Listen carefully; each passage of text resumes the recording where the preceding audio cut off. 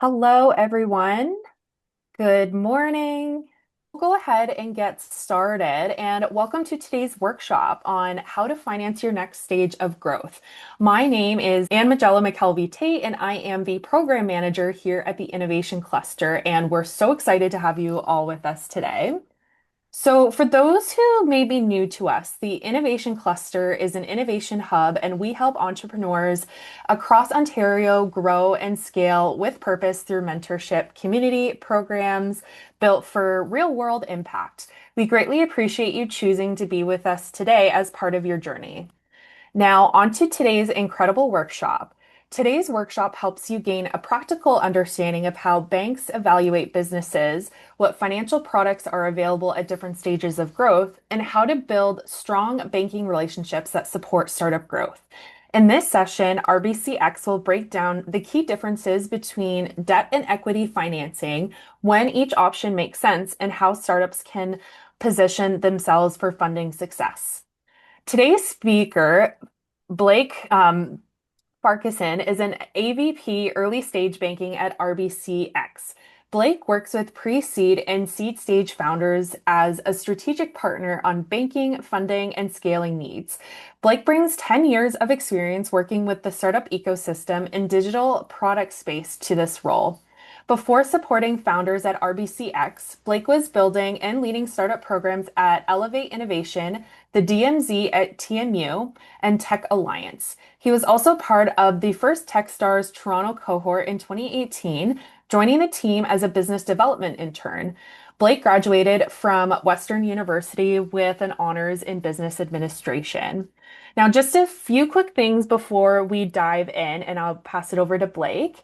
We will be watching the chat throughout the session, so if you do have any questions, just feel free to drop them in and we'll make sure to get them to Blake. Um, Please turn your cameras on. We do love seeing your faces, and it makes the workshop a lot more fun and interactive. So if you're able to, please definitely turn your camera on.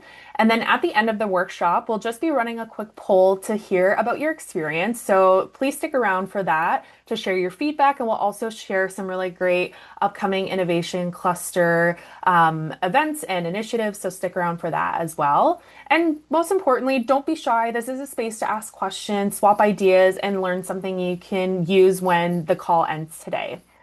Alrighty, so we'll go ahead and get started. Thank you so much, Blake. Over to you. Awesome. Thanks so much, Angela.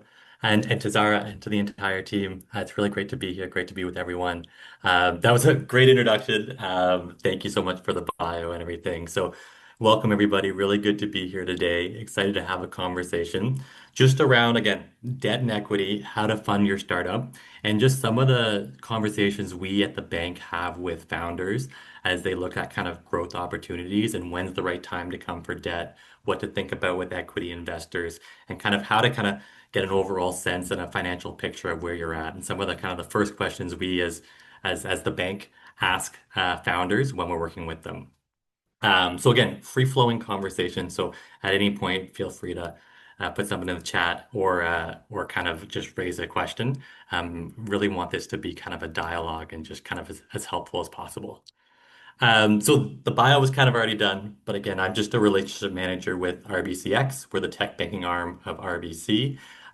We work across Canada. I'm in Ottawa, but I work with pre-seed and seed stage founders across North and East Ontario. So Ottawa, Kingston, Peterborough, Barrie, to really help them on two sides, like the growth in terms of the banking relationship, and also if you're kind of looking for fundraising and some of the investor conversations you're having. And I'll touch a little bit more on that later on. But banking for a year and a half now, and prior to that, about 10 years kind of running accelerator programs. So very familiar with some of those conversations with founders around what does growth look like? What does a fundraise look like? How much are you fundraising? And just kind of what does the health of the business look like? So really briefly, again, RBCx is your tech banking partner. RBC found a gap in the Canadian market about 6 years ago now, where we said there's great banking across the country for businesses, but there's no kind of one home for generally tech startups that are cash burning pre-revenue and are growing through unique IP scaling quickly, and primarily going through growing through equity financing. So kind of working with investors. And so we've kind of, over the last few years, now we're a team of 600 folks across the country. A lot of the bankers that we're working with are ex venture capitalists, ex founders, understand the space, can kind of speak the language, and we've developed some products that primarily based off of kind of you fundraising through equity. We can then kind of lend some debt against, and we can definitely talk about that kind of um, later on or through this presentation. But we really want to be that place for startups at all stages, from pre-seed to Series A, Series B, and hopefully IPO, to be your partner as you scale. And one other thing I'll mention is the other half of RBCx is we do bank a lot of the venture capital firms in Canada. So we have a lot of good investor relationships. We're trying our best to help support early stage tech founders on their fundraising journey and kind of bring those two parties together through kind of things like we have a quarterly fundraising list. So all that to say is if you are fundraising from investors, um, happy to always chat about kind of getting you on kind of any of the list we have and any of the conversations we have with investors. Okay, so today we're going to talk about, again, debt and equity, some of the conversations we have at the bank with founders every day. But I wanted to first of all just level set. I know some of you are at probably different stages, so some of you, this might be earlier than you are or later than where you are. But I just wanted to level set before we dive into kind of debt and equity around some of the early conversations we have with founders on the financial health of their business and looking at kind of burn rate and cash runway as the foundation of kind of any conversation around what does the future look like for your business? Is it the right time to raise equity from investors? Do you have kind of enough of a runway or sorry, a historical runway to kind of service debt and kind of have those conversations with the bank as well? And then we'll kind of get into kind of the startup life cycle and at different stages from um, prototyping to MVP to kind of first customer traction. Again, some of those kind of concepts around, is this the right time for equity? Is this the right time to debt for debt? How do they play with each other? Some of the key kind of people in the ecosystem, so whether they are kind of the big banks like RBC, TD, Scotia, or whether they're places like the crown corporations like BDC, EDC, kind of how these groups play together, but also how you as a founder can hopefully leverage each one of them if you're going international or you're anything like that. And then just like we said, kind of a little bit on the banking relationship and some of the things that I think give the any bank kind of some good kind of confidence that you as you scale your business that it can be a really good partnership and we can help you out. Okay. So I just wanted to, again, the founder objective first and foremost. I think you as a founder, whether you're a solo founder or whether you have a team behind you and you have employees, one of the key chief objectives that you have as a founder is to make sure there's cash in the business and there's cash in the bank to pay expenses. Because if you don't have that, the business is dead and you're kind of in trouble. So one of the things I just wanted to chat about is kind of asking yourself around, is my business default dead or alive? Now, this is a concept that came from Paul Graham, who was the kind of the founder of Y Combinator, the big kind of startup accelerator in California with a lot of really big exits. He kind of said one of the first conversations he has with founders again, default dead, will your company run out of funds before they reach profitability with current expenses? Or are you default alive, where your company will reach profitability with current cash expenses and growth rates? And I think this is an important question because, again, a lot of times when startups come to the bank for financing, um, that's one of the first things we ask. We say, okay, how much cash is in the bank, and what are your monthly expenses, and how much runway do you have to make sure you can get the next round of funding in the door? Um, I think it's okay sometimes to be default dead and say, hey, we're not going to reach profitability with current expenses. But in that case, and a lot of conversations we have is, okay, you have a set goalpost of saying we're default dead right now, but we know we have investors coming in the door in 2 months and we have some cash inflows. But I think this is a question you should be asking yourself. fairly regularly, just to kind of where you kind of stand. And the question is, how do we know if we're default dead or alive? And those are kind of two things around burn rate and cash runway. Um, so burn rate, again, super simple, but it's just the rate at which your company spends cash, generally calculated on a monthly basis. So when you think of yourself as a founder, what are the kind of the salaries if you have employees? What are the subscriptions you're doing to kind of build out the business? You have marketing expenses to kind of hopefully bring on pilots or new customers. Maybe you have rent. Again, why is this important? Because without cash, the business is dead. So it's really important that you kind of have a sound understanding of what you're burning on a monthly basis. Again, first question that any conversation we have with a startup is generally around that as well. And then runway, it's just kind of a continuation of how much time does a startup have generally in months with the cash on hand they have in the business before they run out of the cash. And so why is this important? Again, I think a lot of the conversations we have at banks with founders is, okay, what does the forward-looking position look like for you? What are your options to hopefully extend the cash runway if you're getting low? And where do you go for kind of the source of funds?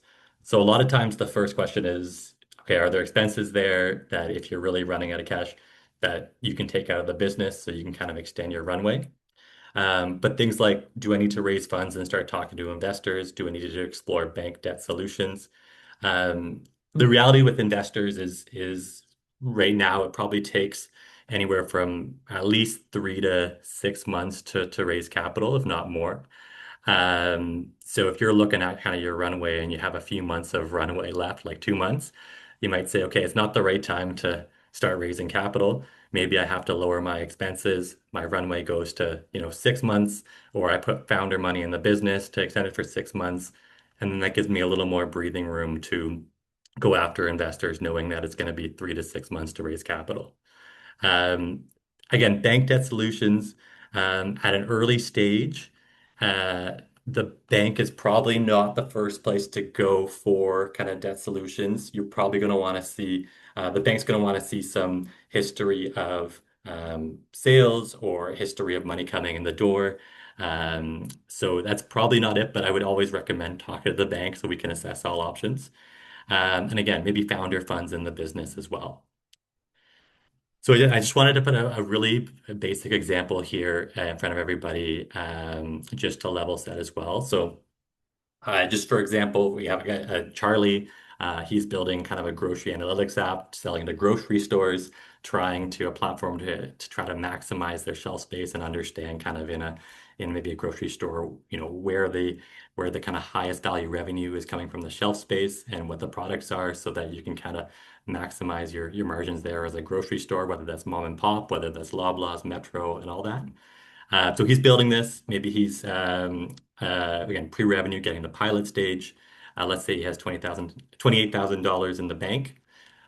High level, just some monthly expenses look like software subscriptions. Maybe he has a contractor because he's building out the product on kind of the design front. He might have QuickBooks, some other admin tools, marketing because he's trying to get the pilot going, and maybe he has an office space because he's renting from a co-working space because they want to be working with other founders and kind of in that environment.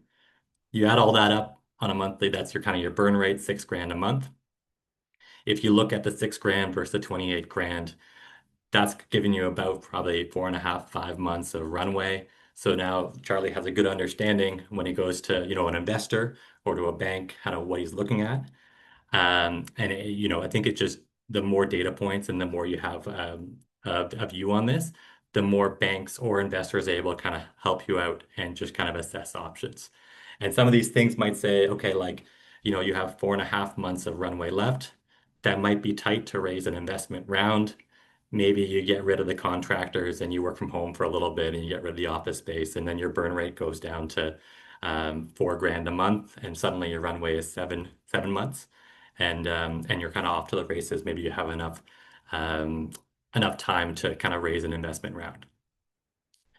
So the last thing is just before we dive into debt and equity, just some key takeaways from this part is just always understanding your cash balance, because whether it's an investor or a bank, that's the first thing they're going to ask. You want to know your monthly burn. You want to figure out your runway in months. And some of the questions you should always be asking as a founder are there ways to reduce my monthly burn or limit expenses? And then how long will it take to get funds in the door? Again, investment rounds could be 6 months. If you have 3 months of runway, you might want to look at alternatives and say we just need to make sure we have enough funds in the door, like a founder injection of cash before we go to investors. Um, and then the effort too, and I think this is a big thing too. So how much effort does each funding option take? And the reality is when you're looking for like equity investment, if you're it's a full-time job to go to investors and run a whole fundraising strategy. And you're going to talk to 100 different investors. Probably 80 of them are going to say no, 20 of them are going to be interested, and a couple of them might actually put money in the door into your company. So it's just understanding too, like if you're saying, hey, my monthly my runway is 6 months, it's going to be a full-time job almost to raise some capital.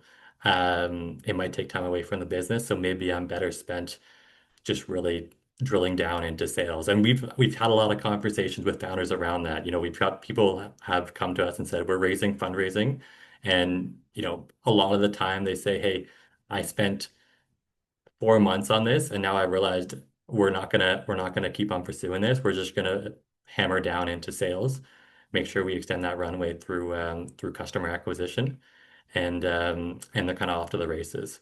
So those are some of the key takeaways from just level setting again around like runway, burn rate, understanding your financials. Feel free at any time to unmute and ask any questions because happy to I help have a out. question. Sorry, Yeah. just came into my head. Can you hear me Yeah. well? Yeah. Great. So what are some of the like tools and processes that you can use to keep track of your burn rate and runway? Most people just doing an Excel sheet, I guess, but is there like a more sophisticated way? Yeah, David, that's a really good question. I think a lot of times at an early stage, yeah, it's just kind of Excel sheets. I'll get a lot of like, yeah, whether it's Google Docs or Excel sheets of just kind of like tracking things out. Sometimes people are like taking things out of like QuickBooks and other accounting and just kind of sharing it our way as well and just having conversation over there. But I think, yeah, from what I've seen, just the Excel spreadsheet, at least at an early stage, is kind of the go-to. Um, I got along with some of those kind of accounting softwares that can help out like QuickBooks. Sounds good. Thanks. Right on. Okay. Okay. So when does debt and equity make the most sense? Okay. So again, I just want to level set really briefly. I know this is all probably stuff we know, but just at a super high level, debt at a high level, it's money that you pay back with interest. Equity is money that you don't pay back per se. It's rather you share the profit of the business with equity holders. Um, and that's kind of the kind of the differentiation of how those two instruments work. The debt holders are people who have an interest, but typically not a lot of control over the business. And equity holders are people that own shares in the business and might have some control over the business. So they might come on the board. They might be kind of helping you out with some of the decisions you're making in terms of the direction of the company, some of the capital allocation, some of the projects you're doing, and going from there. So just want to really level set on, again, debt money you pay back with interest, and then in equity, a kind of a share of the profits that you share with some of the equity holders. At an early stage, those equity holders are likely like angel investors, probably just getting their kind of like their returns by you raising another round and not necessarily sharing the profits, but kind of maybe cashing out in the next round of funding when more kind of institutional investors come into the into play. Okay. And then so when we look at debt, again, from a bank's perspective, a bank is always asking a couple different questions.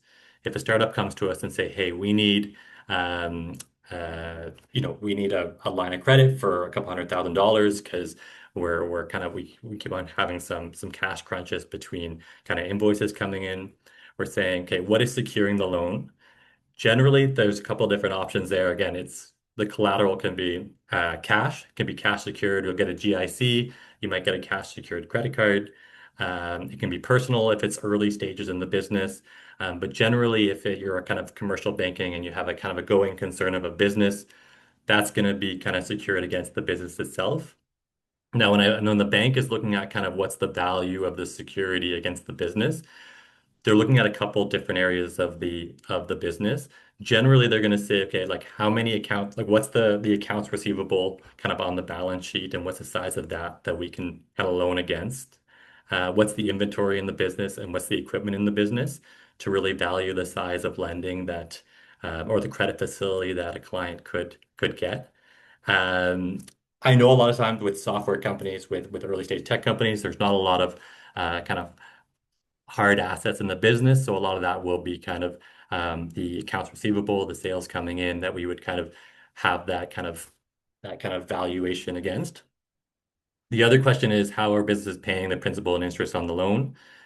A lot of times, and this is where, banks they're the level set to the banks, the big five banks or the big six banks are probably the most risk adverse partners. So they're going to want to see, 2 years of profitable results to lend against to make sure you have money coming in the business, um, to then kind of pay down the principal and the interest of any kind of lending facility that you have as a company. Before that, again, you might be looking at kind of a cash collateral, or a personally guaranteed kind of lending facility. The last part is just the financial health of the business. So any conversation with the bank for any startup is going to be, okay, let's look at the balance sheet. Do you have other debt that you're paying? Do you have, a lot of times startups come to us and they also have kind of debt facilities with maybe BDC or maybe another lender. And it's just a question of kind of RBC, let's say, is the bank. Where do they fall on kind of the getting kind of the ranking and the collateral order if something goes wrong in the business, and who else is kind of on that collateral panel. So it's important for them to know kind of what other debts and what does the balance sheet look like. Um, so and then the question of like when does debt make sense? A lot of times this is kind of the bank again looking for consistency. So the business has track record of 1 or 2 years of consistent revenue growth, so they can see that you can kind of pay back any kind of debt. You as a founder for control, again, you're not giving, hopefully it's kind of you want to keep control of the business. Maybe you don't want to give up equity. So debt might be the preferred option. I think short-term timeline as well. So if you have like a gap of a few months in kind of cash flow or anything like that, and you know that money's coming in the business in, let's say, 2 months' time, you might not want to go back to your investors and ask for more money and give them more equity. It might just be kind of a short-term loan, because the kind of the timeline doesn't make sense to give up that ownership, that it can be kind of served through debt. And then extending an equity round. So this is something that is unique to, I think, tech banking. RBCx does it, but also I'm sure you hear like TD for their innovation group, CIBC, kind of any of the big five banks. A lot of the tech arms, we will lend based off of venture capital investment, because and these can also be kind of cash burning businesses as well. But we will say this is what we call venture debt. So at a certain size of an equity round, let's say $5 million, if a venture capital firm, based on the due diligence they've done on a business, they put money in a business through kind of equity round. The banks can then come in and say, hey, we have confidence that based on the due diligence of investors, you're a going concern, you're growing, you have a lot of upside. We're going to supplement that kind of equity round and extend it for you a little bit more and give, 20 to 50% of the round to you in the form of debt. So now as a business, if you've raised $5 million from equity investors to kind of grow at a Series A and maybe kind of accelerate the sales and marketing functions.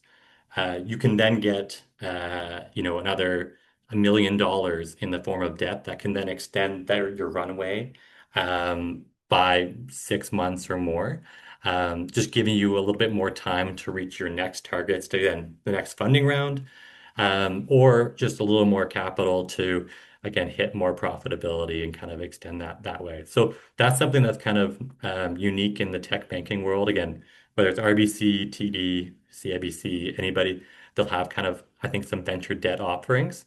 But again, that would probably be at the kind of the $5 million fundraising kind of round and above kind of place. Okay. And then again, so when does equity make the most sense? Or sorry, what do investors look for kind of when they're looking at kind of an equity investment?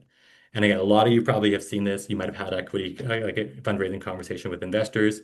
But again, so it's product, what is novel about this technology? What's unique about the IP? How are you positioned against competitors in the market? Market size, because these VCs and a lot of the investors are looking out to outsized returns. They're looking for kind of can this company be $1 billion? So the addressable market, it's important to be at least a couple $1 billion. If you have a great product, but you're in a small market where it's $50 million, you kind of need the whole market. Even then, it might not be the right return for a VC, so they might not be able to invest into you. So that's really important just to maximize and show kind of the market size that you have or you're targeting. The team, again, who are the founders? Why are they going to win? And this is super important. Again, I've seen some founders that we work with that come to us and say, "Hey, I've exited, a company for $50 million. I have an idea, and I just raised, $5 million from investors because the team is so important. They've done it before. Investors know what they're doing, and they're ready to go." Traction, especially in Canada, where there's a little less capital than in the US, any kind of angel or venture capital firms are going to want to see a little bit of traction, just to kind of check that box and make sure the market is kind of responding to what you're selling. And then alternatives. And I think this is an important one for like venture fund economics. When you look at alternatives, I think as a founder, you just have to get it. Um, One thing you should have in mind is how the VCs are assessing options for where they put money into. From a viewpoint that VCs have investors that are investing into their funds that they're raising funds from. And those investors, like pension funds, hedge funds, anything like that, they're looking at, should I put money into a venture capital firm, or should I put money into the stock exchange, or should I put money into real estate? And the venture capital firms kind of have to go to the their investors and say, "Hey, you should put money into the VC funds because we're going to have outsized returns than the public markets or real estate, and we're going to kind of perform better than them." And to facilitate that, I think a lot of the VC firms, they need to kind of going back to market size, they need to have some big wins where they can say, "Hey, this is going to be $1 billion business," so that I can then show returns to my limited partners and raise my next fund.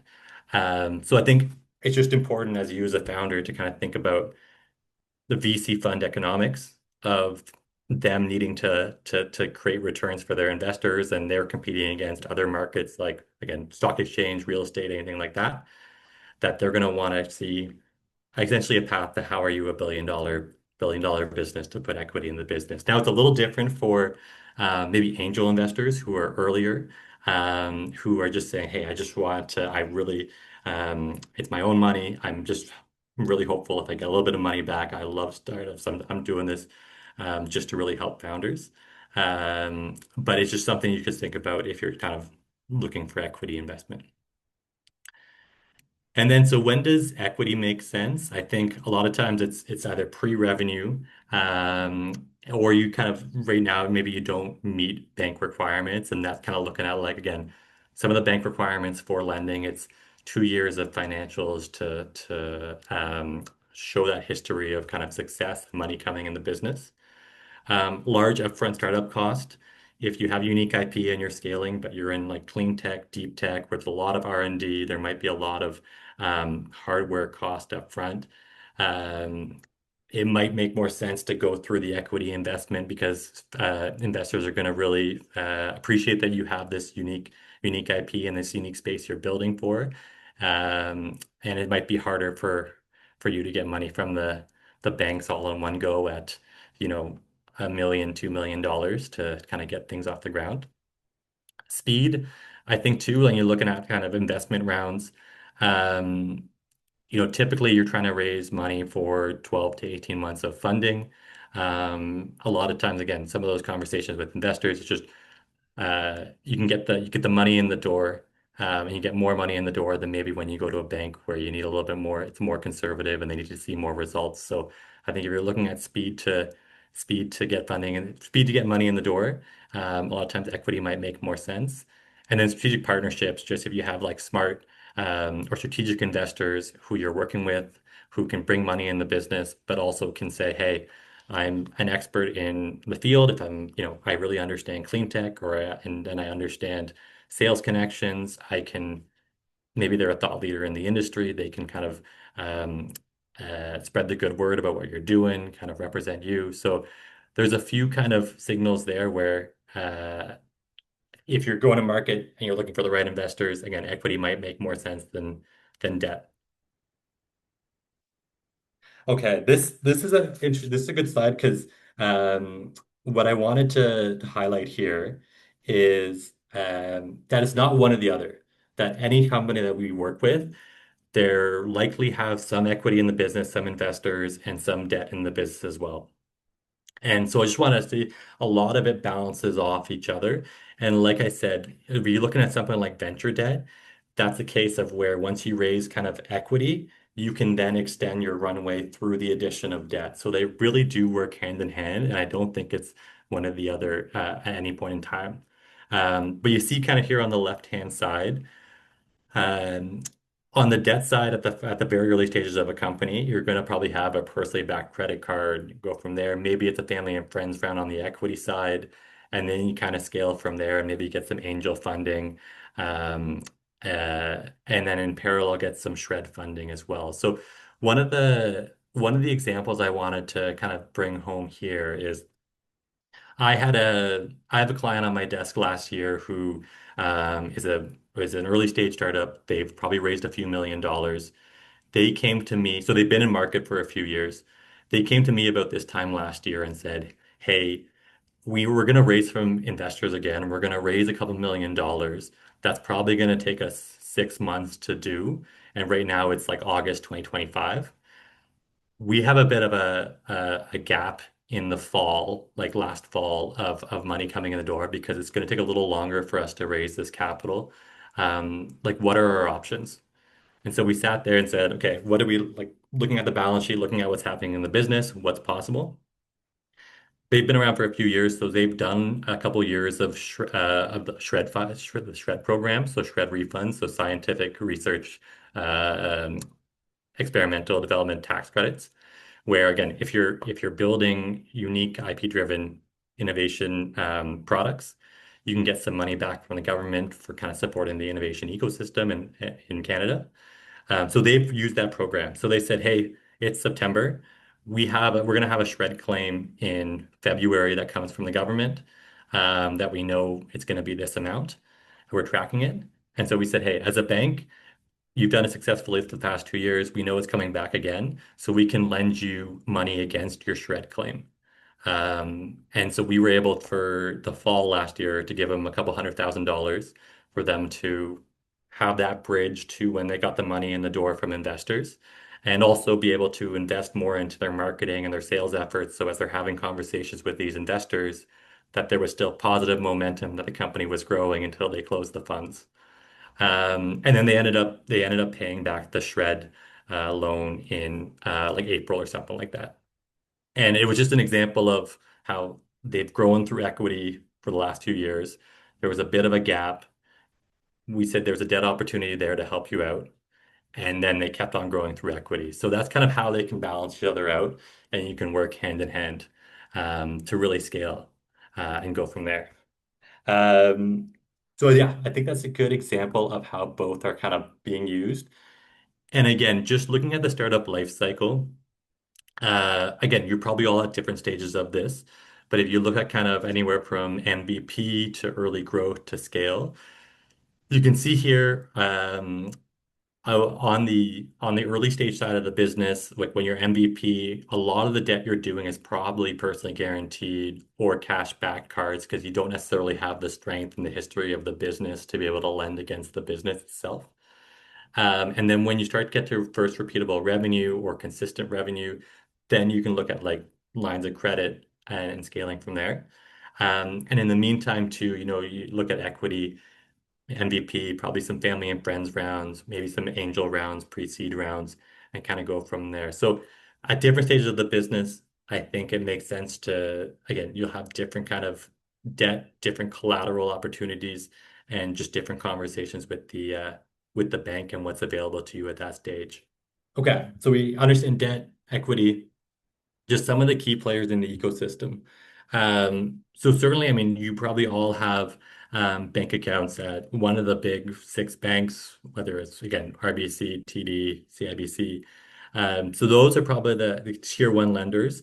Those are probably the most risk adverse lenders. So they're going to be kind of the ask for the most in terms of kind of a history of financial statements and just showing that that there's money coming into the business. But some of the other ones I wanted to just point out here are when you look at kind of commercial finance companies like Easily, Grow Financial, Bonsai, these are kind of third-party lenders who kind of also specialize in shred financing. And I know if a lot of you are doing kind of getting shred returns, um, these guys come in earlier than maybe the big five banks. So sometimes with the commercial banks, it'll be like, hey, we need 2 years of filings for shred finance, for shred credits to then do the financing to show that like, what you're getting back is what you're getting back.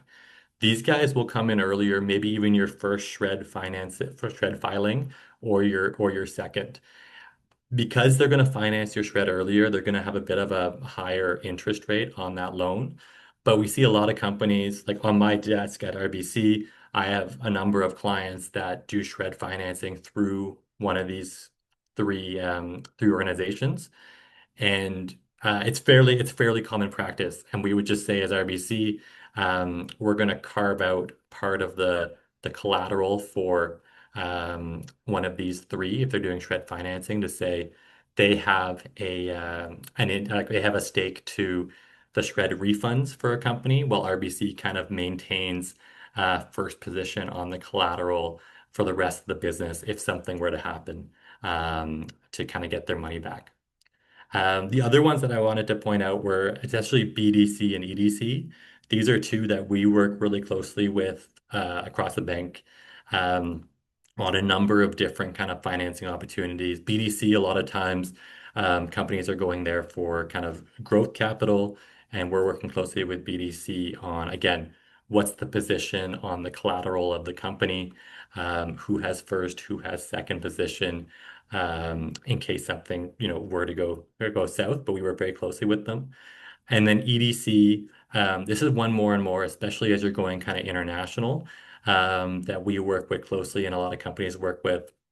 One of the high things I'll highlight with them is if you have like a line of credit, and let's say, I know a lot of you, if you're going international, whether it's the US, whether it's Europe, if a portion of your sales is kind of outside of Canada, EDC has a program that is their export guarantee program, which can say if you're making sales, they can guarantee up to 75% of a line of credit for that you would have at a bank like RBC. So it just gives the big banks, whichever bank you're working with, more comfort in what they're doing.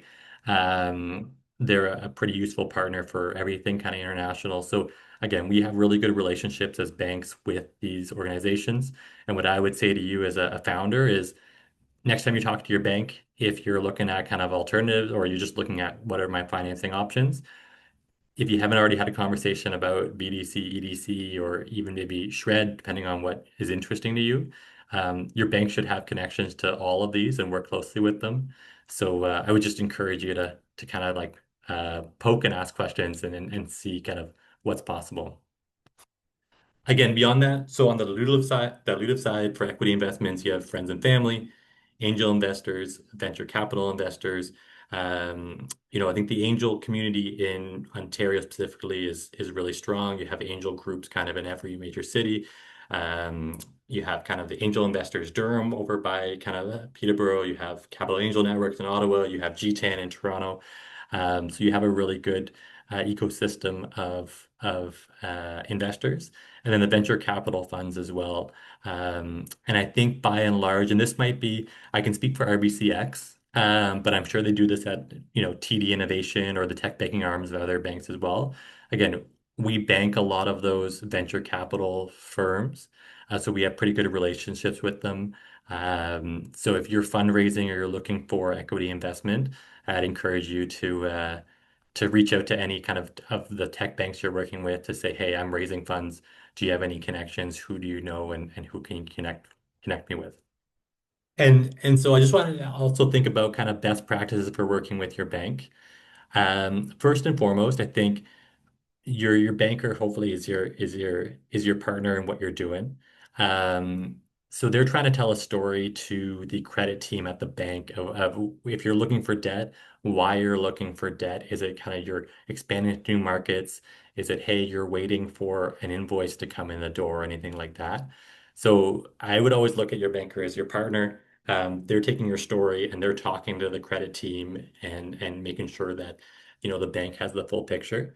So company financials is always the first place that we're kind of looking and asking for from founders, and then also a forward-looking forecast. I think with this, one thing that's important is sometimes there's startups, sometimes founders, and there's so much going on, but sometimes they come to the bank and they're saying, "Hey, I have like a week left of cash in the business, or I have payroll tomorrow, and I'm not expecting an invoice till like 2 weeks from now, and now I'm at a cash crunch." I think the best time to kind of go to the bank, and this kind of comes into kind of being upfront with the bank and as a partner, is is just really give the lead time. If you know that you have like payroll coming up in 2 weeks and you don't have cash in the business for 3 weeks, come sooner because the bank has more opportunities to work and kind of see what's going on and look at alternatives. Um, the other thing too is I think when you're looking at when you're looking at any financing, a lot of times at least kind of 12 months of cash on hand is a good starting point of like what can we do for the bank.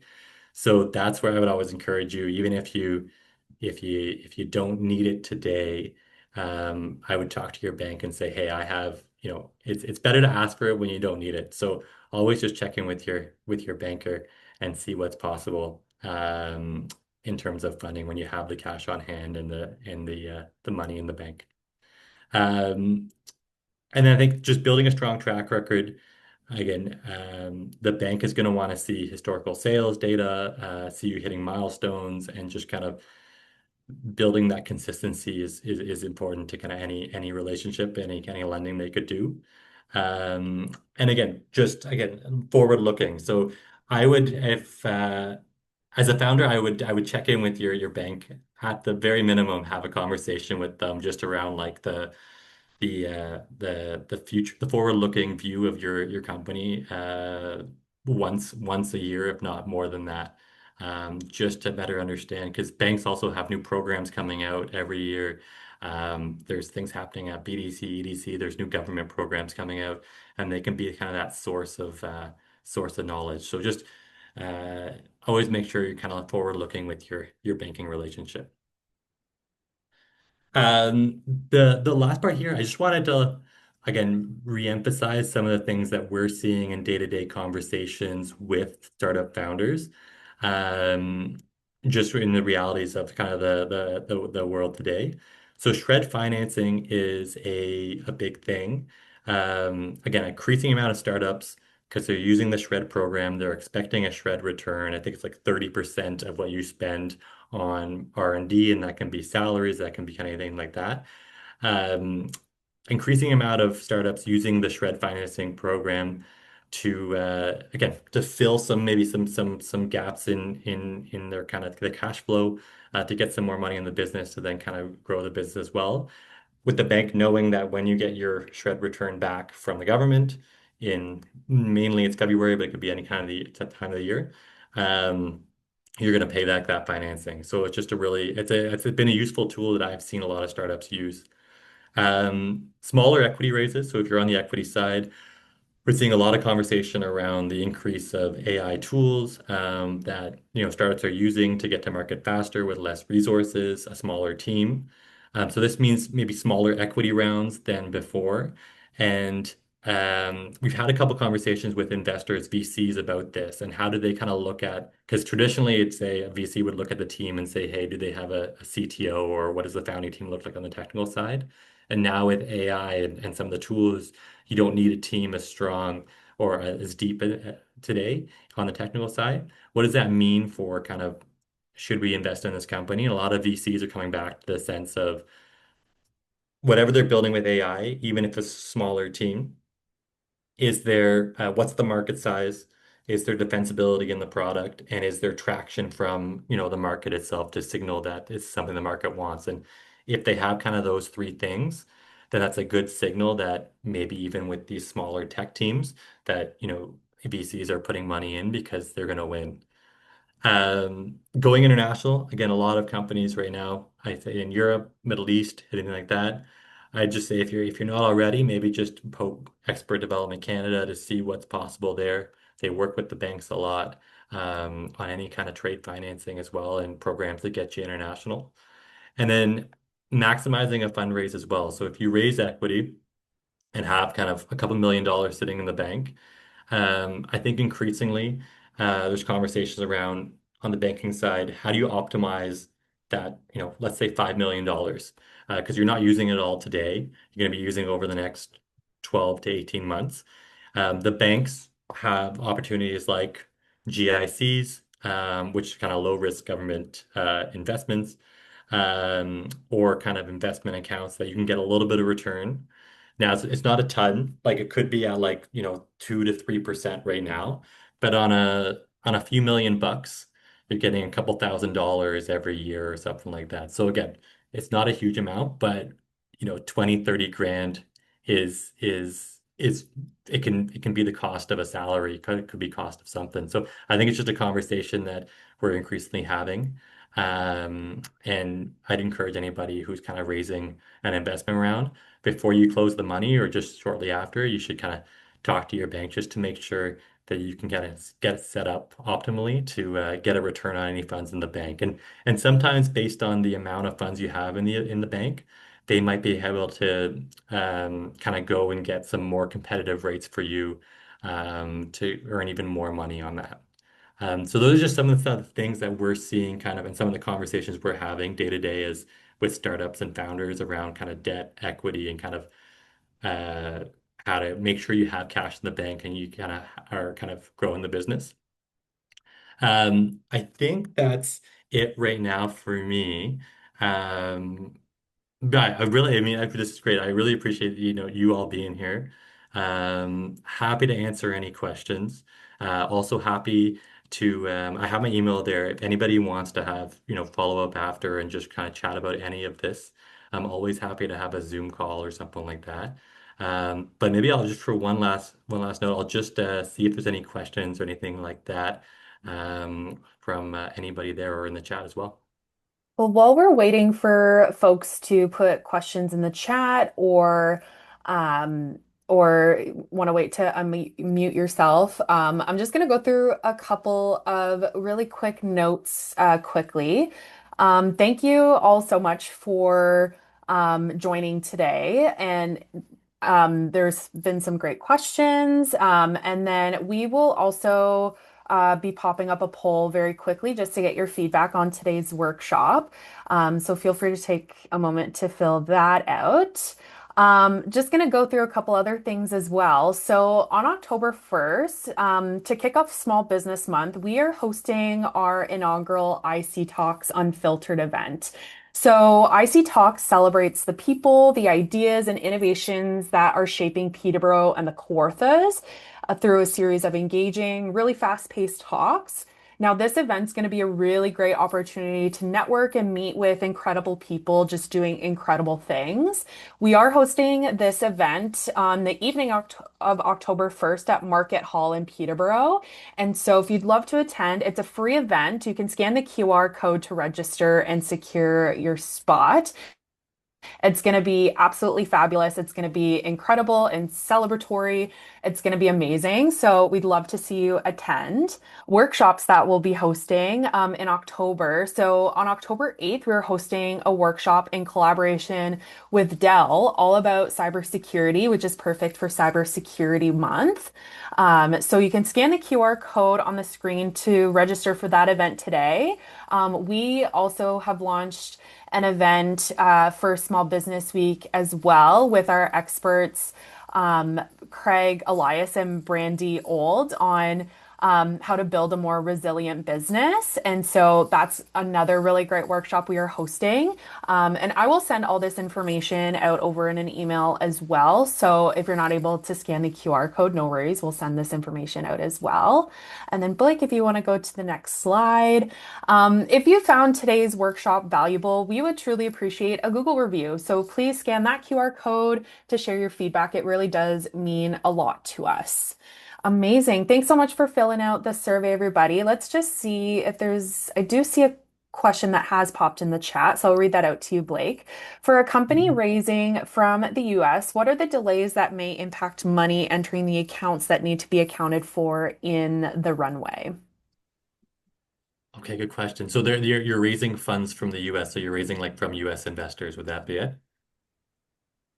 I think so. Yes, that's correct. Yeah, it's a good question. I I think I don't know if some of the considerations is going to take a few more days for funds to hit accounts. Like when we have clients, just any kind of money coming through the US, it goes through kind of the intermediary bank in the US, and then it would kind of hit their account at RBC. So oftentimes it's just taking, if it takes a couple of days for something in Canada, it might take a week or something like that to come through an intermediary bank in the US to then in the RBC account. So it might just be a little bit more time delay in terms of the funds hitting the account. Sometimes too, I've also seen that some Canadian companies who are raised in the US, depending on who they're raising from and maybe some of the requirements from the investor, they might also have to set up a US domiciled bank account to then get the money in the door, and then they would then maybe send the money to the Canadian company or the Canadian bank account for to kind of have expenses and stuff like that. So that might also be something, but that's more dependent, I think, on maybe what the investors from the US are saying, if they want to see a bank account in the US or domiciled there, or if they're okay with just sending it to kind of like, again, RBC TD.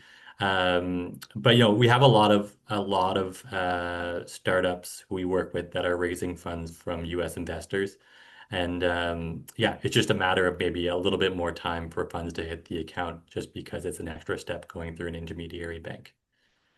So it's not Um, months long, it's more weeks long. Yeah, not even weeks. I think it may be just a matter of days. Oh, okay. But yeah, yeah. It wouldn't be anything like that. It would just be a few more days, just because it's going through that one extra step to come to hit RBC or any bank you're working with. Great. Thanks, Billy. Yeah. Alrighty. I think we're good. Blake, thank you so much for today's workshop. It was absolutely incredible. Everybody, thank you so much for attending and participating. We greatly appreciate it. We hope to see you at our amazing upcoming events we have in the fall. And I hope you have a good rest of your day. We'll be in touch soon. Take care, everyone. Thanks, everyone.